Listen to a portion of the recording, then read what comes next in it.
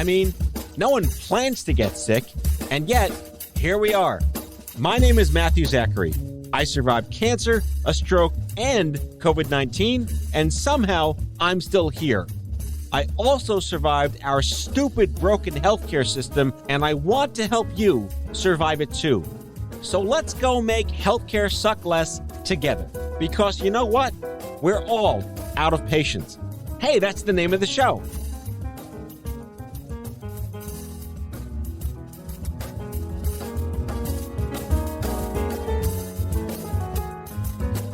Hey there, friends. We're off this week, and we wanted to bring you a best of, like they used to do in the 70s with a clip show. But hey, this is your version of a clip show. Congratulations. A bit of a somber best of, though, because it involves my dear friend Glen DeVries, who you may know the name, you may not, but he was one of the 4 astronauts on the Blue Horizon. You know, the one with William Shatner? Yeah, that one. He was a lifelong aeronautics nerd, always wanted to fly, became a pilot, and a week later, he tragically died in a private plane crash in New Jersey. And he was a genuine friend of mine and a titan of industry in healthcare. And it cannot be understated how huge of a loss this was for so many people. This show is from November of 2020. He had released a book called The Patient Equation that summer. During the pandemic, he released a book. And he came on my show as a guest, and we became instant friends. I mean, he got to live his dream. He got to go to space. He got to be an astronaut. And then, God, life's not fair. And I meant what I said by claiming him to be a titan of industry. The boat wake of his career, the impact he's had on healthcare, will be enduring for all time. And you'll hear all about that in the interview. This show was a top 10 even before his tragic passing. And now it carries with it a whole new level of gravity. The whole show is called 3-to-1 Contact because we channel that PBS show from the 1980s when we were kids. Not just a great conversation, a great human being, a story worth telling, and a life worth sharing. Like I said, the best of, I mean it, this is the best of. This is Glen DeVries. Glen, I have a question for you. Welcome to Out of Patience. Thanks. Why are there so many syllables in science? I think it's because everybody wants to live in their kind of ivory tower. And almost ironically, even though as good scientists, we're all supposed to be skeptical. If we use big words to describe really simple things, then a lot of people can't question us. One of the things I love, an autologous transplant, whoa, that sounds super fancy. It means I took something from you and I put it back in you. It's like super simple concept. So I'm into simplicity too. What is the anti-gobbledygook of science? All right. The anti-gobbledygook of science is ironically science. It's just how you talk about it. Actually, a major hero for me, I still kind of see the word biologist in the mirror when I look at myself in the morning, but I really want to be a physicist. And Richard Feynman was like my childhood hero. He's the quantum mechanics guy, and he was Stanford professor, Nobel Prize winner. Anyway, all that is irrelevant to his opinion on teaching. And he said, if you cannot teach it to a 7-year-old or explain it to a 7-year-old, you are not ready to teach it to anybody, including a graduate student.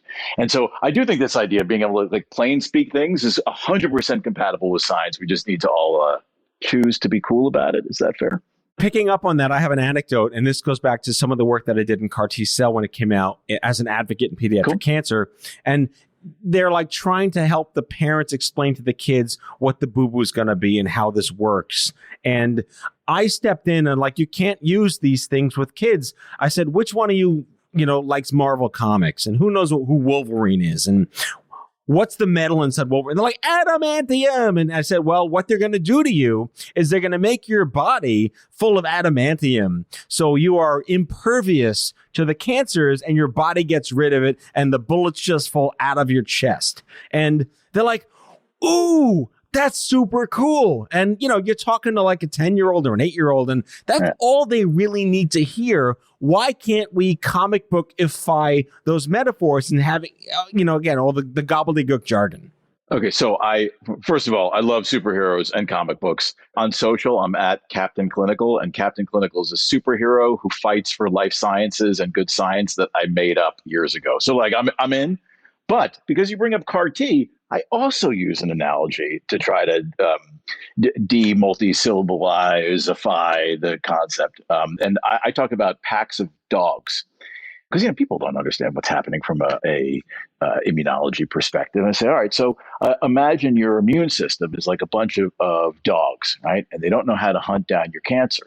And what we do is we take a couple of the dogs out and we give them the old dirty socks of your cancer. And we train a couple of the dogs how to detect that cancer, find it, and fight it. And then we put them back in with the rest of the pack, and they train everybody else how to do it. So I also use CAR T analogies. I don't know if that one's going to play as well with children, but just if we're trading analogies. And now I can't get the Bloodhound Gang theme song from 3-2-1 Contact out of my head. By the way, 3-2-1 Contact is entirely responsible for Medidata solutions. I would have never done what I do in life if it wasn't for 3-2-1 Contact. Yeah, I mean, we're channeling our inner Gen Xers, and that's absolutely hypercritical in every conversation I have. But for those that listening that don't know, 3-2-1 Contact was a show on PBS here in New York. I think it aired nationally sometimes, and it was like the first Carl Sagan-ish kid show on PBS about science and math and engineering, and it just anyway.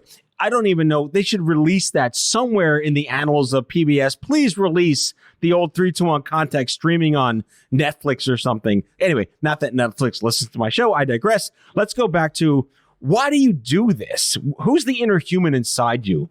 And you're at this. You're in this you haven't quit your way to the top. You've been doing this for 20 years. What drives you? So I've been doing it for 25 years if you count kind of before Medidata. Well, Medidata 21, I think I was LinkedIn stalking.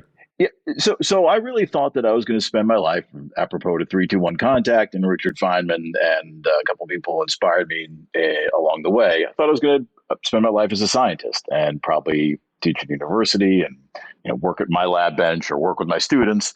And I got really frustrated doing research at the very beginning of my career because I was literally sneaker netting things. I was taking elevators and walking across streets and writing things in notebooks and retyping them into data sets. And in addition to being a science nerd, I was a computer nerd. I had always been since I was like a kid. I had a Timex Sinclair 1000, which was the American version of a ZX81. Yes. Yeah, old school. And so my go-to for almost everything in life still is, well, can we code our way out of this problem? And I started thinking, can I code my way out of this research problem, trying to tie all the samples that I had and what was on my lab bench and all the patient records at the hospital I was working at. And that was really the kind of beginning, the glint in the eyes of myself and my bench partner, who was a resident at the time of Medidata. And frankly, you'd say, what drives me? I have like the best job in the world. Instead of spending my life, not that this was been bad, studying one gene and one cancer. Ironically, actually, I was even more excited about virology than I was about oncology. But anyway, now I actually get to do infectious diseases on Monday and oncology on Tuesday and cardiology on Wednesday, and think about systems and think about data at super big scales. And so I'm not complaining about how everything worked out, but it's still, me thinking about what can we do to do good science, hashtag Captain Clinical. Yes, there you go. And what can we do with code and data to make that actually work better? I love that.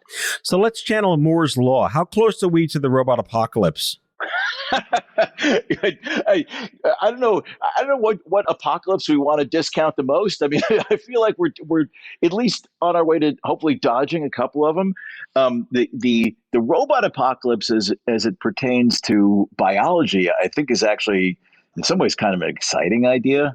If I can, maybe not apocalypse, but I feel like automation in science is a really hot topic. I remember doing a lot of, it's a good science word. I was doing a lot of pipetting.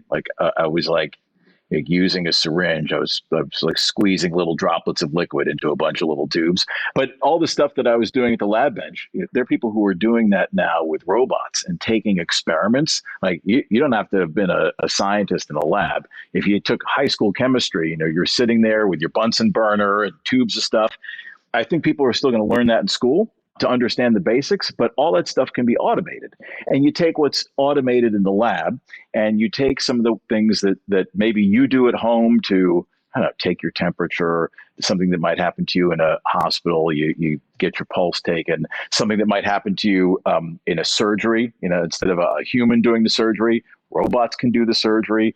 And if you take the robot metaphor and you extend it into the place where it's not actually a physical robot doing the work, but it's a piece of software that's looking at the data about you, but maybe data about hundreds, thousands, billions of people, and doing mathematical exercises with that, doing math, but doing it at a scale that an individual person could never do.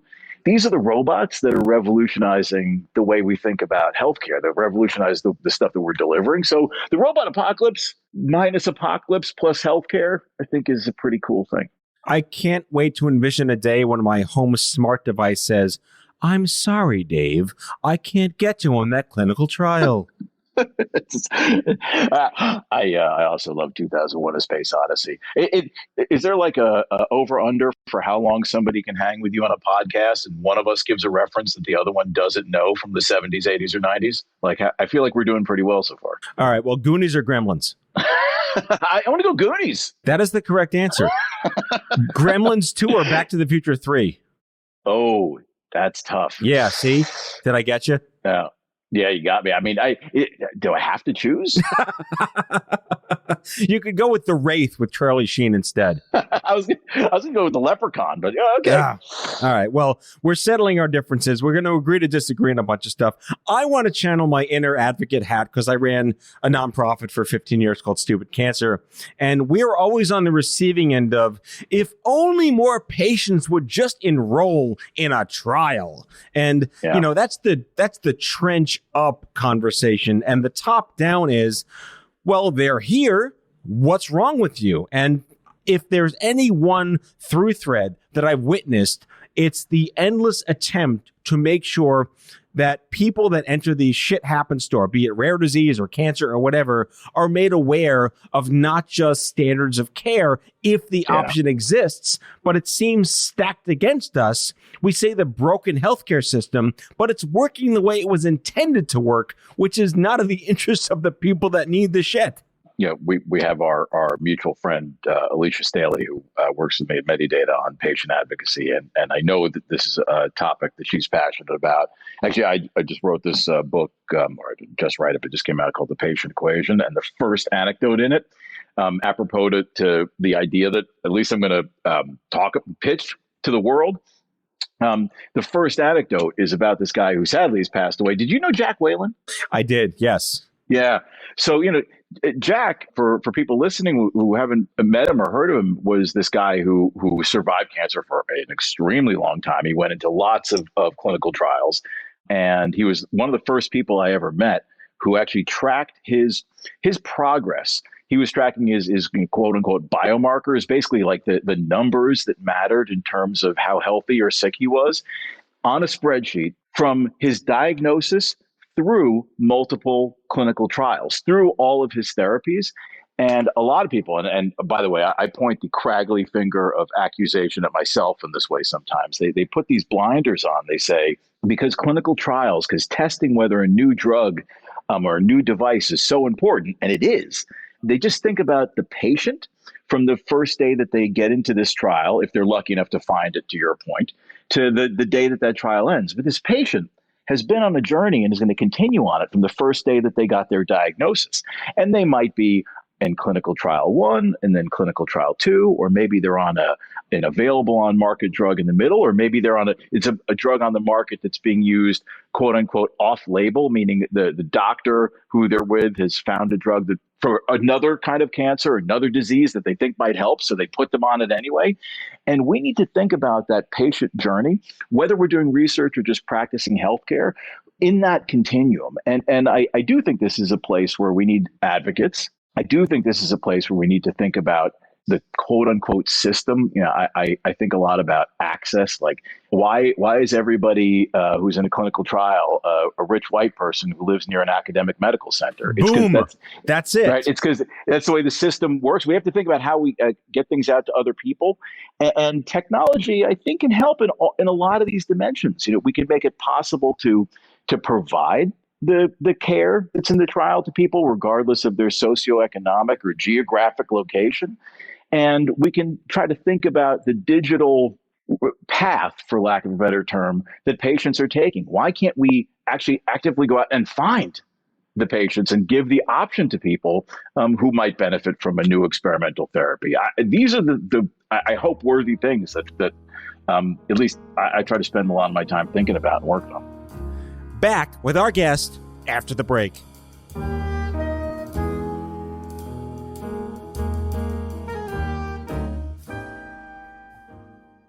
Has your chronic illness made it difficult to continue working in the traditional way? Want to learn how to find and create flexible remote work that both accommodates your chronic illness and generates an income? Join the Patients Getting Paid membership, a community of chronicpreneurs where people just like you find workshops and trainings, weekly updated condition-specific gigs, twice monthly coaching calls, co-workings, accountability, and the kindest community to support you on your path to make money while working from anywhere and taking good care of yourself. Learn more or join us at patientsgettingpaid.com.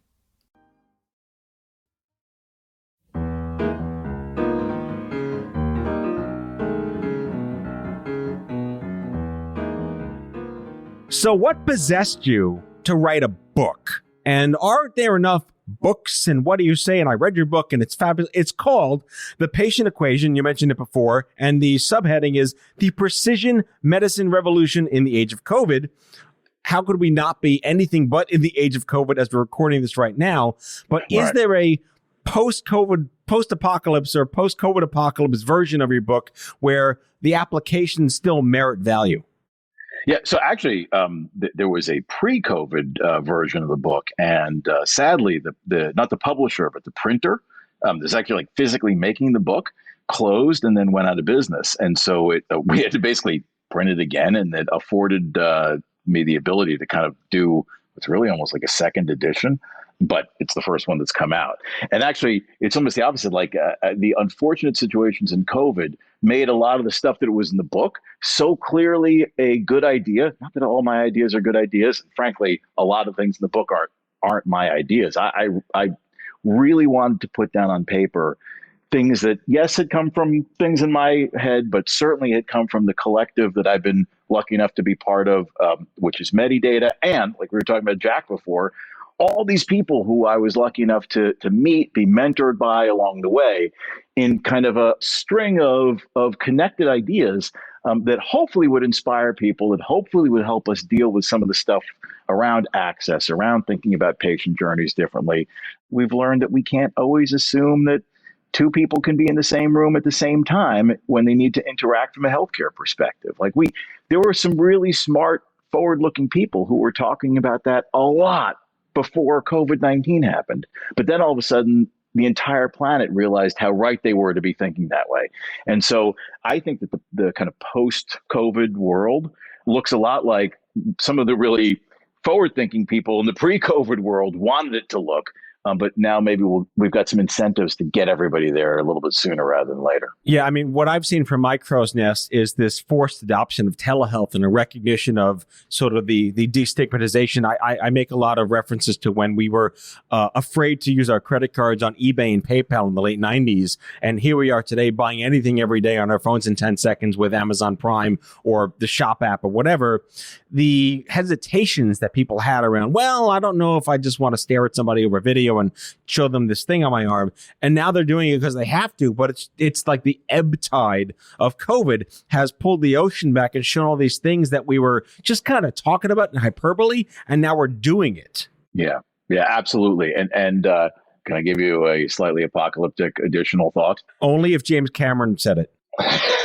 So in the unfortunate James Cameron post-apocalyptic movie, what humans will have realized, and unfortunately, I think this might be more of a documentary than a 3D fantasy, is that when nobody goes to the doctor across the planet for a year, that actually has a real societal impact. So yes, we are dealing with a major disaster with a global pandemic. But we're also going to be dealing with, and frankly, we're probably dealing with it, and the people who are part of what I'm going to say, may not even know it right now. We're dealing with people who didn't go to the doctor, who would have had chronic or life-threatening diseases diagnosed because we've all been home. We're going to deal with double the number of people who haven't actively managed their chronic conditions than we would in any given year, having to manage them. We're going to deal with people, and I know that both of us know them, who couldn't or shouldn't have gotten the kind of therapies for their life-threatening conditions that required them to go to a medical center because they couldn't be there physically around all the people who were spewing out contagious particles. And so we're going to have to, it's not like our healthcare system was like working perfectly beforehand around the world, or certainly not in America. And now we're going to have kind of double the size of the problem to clean up. And so I do think, if anything, I'm actually usually a really optimistic person. I think it's kind of a call to action that we need to get our shit together in terms of how we think about making these ideas a reality. And your point about the kind of destigmatization of telehealth, that's a step in the right direction, at least from my perspective. Right, which leads to another destigmatization. I've been on the train about we can't rebrand the phrase clinical trial, but even here we are. I'm 25 years out of having been diagnosed with cancer, and it was the boogeyman sentiment back then, and it's still a boogeyman sentiment today. And it's different now. It's not like you're just getting the napalm clinical trial. There's something that Wolverines you. How, right, in your opinion, can the entire academic, scientific, pedagogical downstream system speak better to patients?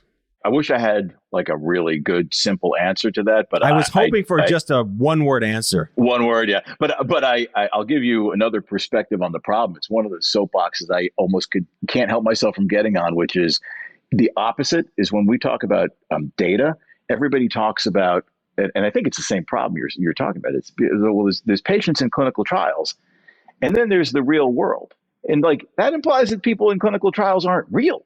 Like, and these are real people who have real diseases, who are really suffering, and in some cases really interested in the altruistic aspect of volunteering to try something and put their data into a data set.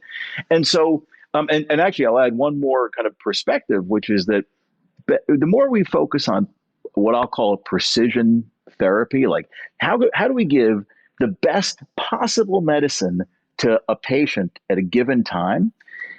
That means when we're narrowing down what medicine to give to a person, the same thing is happening with the people as happening with the medicine. We're narrowing the number of people that we're going to give a particular medicine to.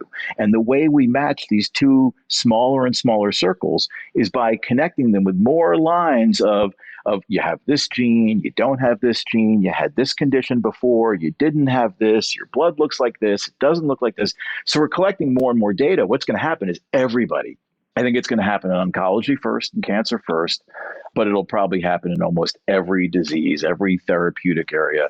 We're going to be doing what the scientists would call an N of one, what the researchers would call that. It just basically means that there is no experiment that you can look back. There is no clinical trial to say, what do you do with somebody just like Glen? Because Glen's totally unique in this situation. What you have to do is start to intuit what's best for Glen by looking at bigger sets of data. You have to do it responsibly. You have to guard people's privacy. You have to make sure that you're doing it in a way that is of benefit in terms of predicting what the best thing for Glen is, using myself in the example. But it doesn't matter whether you're in what we would call a clinical trial or what somebody else would call a real world practice situation. It's always going to be the same problem. How do we find that best thing for every individual person? The patient equation, the title, is in the book, sometimes literally, but in other parts of it, always metaphorically around this idea of solving for that problem that I just described. How do we solve for making sure we use all these inputs to come up with the best output for the individual? 2x equals 8. Solve for x. Exactly. X is Joseph, and Joseph has this. Yeah. Yeah. And you were talking about how, the computer from 2001, not letting Dave Bowman back into the spaceship. I mean, I actually think some of the stuff around us, some of the sensory inputs that didn't exist before, right? We used to go to our doctor, and if you're healthy, maybe you'd see him once a year. Maybe you're really sick, you see him once a week. That's still the minority of the amount of time that you're alive. And as we start thinking about sensors that can manage our cardiology, manage the way we or watch the way we move around and interact with the environment, like all these inputs are adding potentially terms to that equation.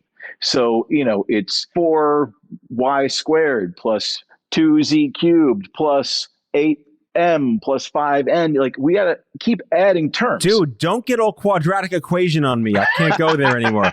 I'm an Avogadro's number guy, and that's it. That's the really interesting thing. And remember we were talking about the robots, right? It's the mathematical robots that are actually, so we're not all trying to solve these even harder than quadratic equations, solving these almost impossible number of terms. They're probably not all going to matter. They're probably not all going to be actionable. So the question is, what are the things, obvious and maybe not so obvious, that we need to focus on? And there's an unfortunate example in COVID, actually. I have been wrong about so many things related to COVID-19 and SARS-CoV-2, the virus that causes it. So, I wouldn't follow anything I said from a scientific perspective, but the fact of the matter is many people like me were wrong 9 months ago in terms of what the major terms in that equation for COVID-19 were. It was like, if you get exposed to the virus and you're old and your immune system is not healthy, then you are going to suffer from COVID-19. And by the way, those things seem to be true. But there also seems to be a lot of other things that are important inputs, and we don't understand them yet, because we see people who have healthy immune systems and are young who are getting bad cases or in cases dying of COVID-19. And if we really understood the equation and we could predict who needed to be treated or who was going to suffer so we could proactively do something about it, to me, that is exactly the same big class of problem to solve as pick the best medicine for the patient who just got diagnosed with cancer, or pick the best preventative course of therapy for somebody who has a family history of heart disease. These are all the same equation problem. I have a general curiosity question to wrap up the show. And I saw this either on your website or in something you said in a video. Virtual trials. What does that mean? Like, what's the 30-second, 60-second pitch on a virtual trial? Yeah. Can we go back to what we were talking about jargon? It just means that you're doing a trial with telemedicine or with something that is digital, at least the way I think about it. So it used to be that we would put the patient who's in the study in the clinic with the doctor. And remember, there's all kinds of logistical problems with that, obviously problems in a pandemic, problems around access. And now where instead of waiting for them to come to the clinic, maybe we're talking to them over their phone or their computer. Maybe we're shipping the drug to their house. Maybe we're letting them use a sensor to take their temperature, or we're sending them to a pharmacy to get their blood drawn instead of having to go to the hospital so they miss less time at work and have a higher quality of life. The virtual part is almost like virtual reality. It just means we're using digital to have the experience. And there's a whole range of stuff we can do there. It's going to help us get more trials done with a broader set of people in a way that is societally and scientifically beneficial to everybody. Glen DeVries is the co-CEO at Medidata Solutions, or the Medidata Institute. We're going to get to that on we're going to have a post recap show. You'll be back really soon. Author of The Patient Equation, The Precision Medicine Revolution in the Age of COVID-19, available in bookstores now. Bookstores. How old am I? Online at Amazon right now. Former pipetter, as I gathered from your intro, and 3-to-1 contact PBS fanboy from the 80s. Thank you for coming on Patience. Thanks so much. That's all for now. If you like the show, be sure to subscribe, leave a review on Apple Podcasts, follow us on social, and tell all your friends to listen. Tell us what you'd like Matthew to cover in his next episode by leaving a message for us at 855-AUDIO-66, and we might just use it in a future show. Out of Patience is a product of OffScrip Health. We are a healthcare engagement company built for patients and caregivers by patients and caregivers. Our executive producers are Matthew Zachary and Andrew McDowell. Our senior producer is Betsy Shepard. Our host is Matthew Zachary. It is recorded, mixed, and edited by Betsy Shepard. For advertising and media inquiries, email media@offscript.com. That's media@offscript.com. For more information, visit offscript.com.